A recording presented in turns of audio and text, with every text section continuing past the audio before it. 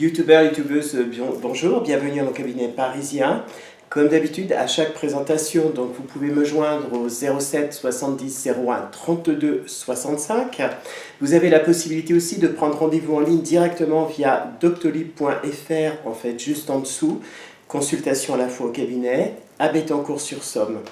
Aujourd'hui, je voudrais vous parler d'une proposition qui m'a été faite, peut-être d'aborder de manière plus spécifique la problématique donc, de la blessure d'amour pour commencer peut-être à travailler de manière un peu différente en expliquant par quelle phase la victime du MPN va passer et comment en fait arriver à gérer la première de toutes les problématiques. Pour ce faire, je vais vous parler de la blessure d'amour. Déjà, la blessure d'amour est extrêmement importante puisque la majorité des personnes en fait, qui ont vécu une relation MPN sont à la base en fait, victimes d'une toxicité dans leur relation. Cette relation unilatérale aura conduit certains donc, à une relation amoureuse vraie, en tout cas une relation qui va engendrer une certaine forme de paix, de sérénité. Alors qu'à l'envers, la relation toxique du MPN, elle va insuffler l'idée de cette incapacité de pouvoir se défendre en fait, face à cette blessure. La première étape, donc, c'est de prendre en considération cette forme de blessure qui va hélas, engendrer dans un premier temps une forme de négation. Dans la relation MPN, la mainmise donc, toxique va s'effectuer, comme je l'ai déjà dit, de manière progressive, mais la victime, elle, est dans cette relation amoureuse, donc elle n'a que peu d'espoir en fait de se rendre compte que cet amour est unilatéral.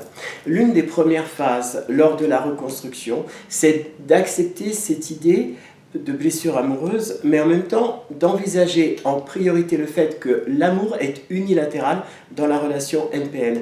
La victime ne peut pas et ne pourra jamais être aimée puisque le MPN, lui, se nourrit de sa victime. Et c'est cette blessure d'amour qui va évoluer avec le temps et ramener certaines personnes vers des sensations d'amertume, des sensations de gâchis et aussi, en fait, faire voler en éclats un petit peu tous leurs repères affectifs qui pourtant sont extrêmement importants. Le repère affectif est dans la structure de l'individu est primordial. On a tous besoin de savoir que l'on est aimé, que l'on compte pour quelqu'un.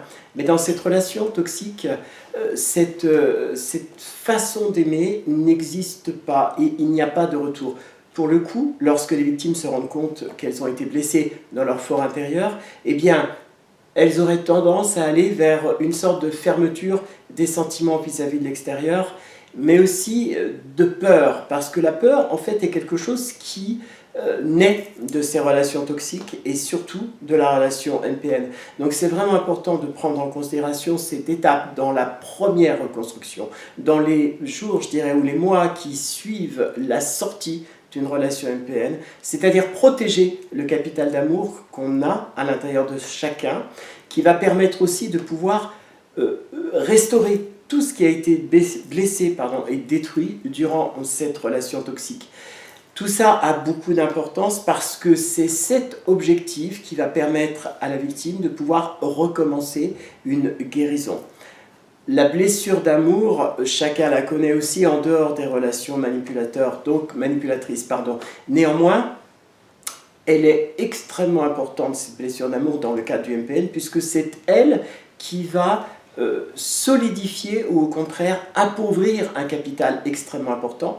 Et moi, j'en parle comme d'un capital positif. En effet, le capital positif de l'amour est un capital de construction. Et c'est ce que va pomper prioritairement le MPN chez sa victime, parce qu'il ne connaît pas ce sentiment. C'est une sorte de gouffre abyssal qui n'est jamais rempli, une sorte de trou noir sans fin, qu'il va en fait tenter de nourrir et d'essayer de trouver à l'intérieur même de cette structure quelque chose qu'il ne connaît pas, qu'il ne comprend pas. Et les victimes sortent en général relativement émiettées de cette sensation de blessure d'amour. Voilà. Merci pour m'avoir écouté, à très bientôt, ciao ciao.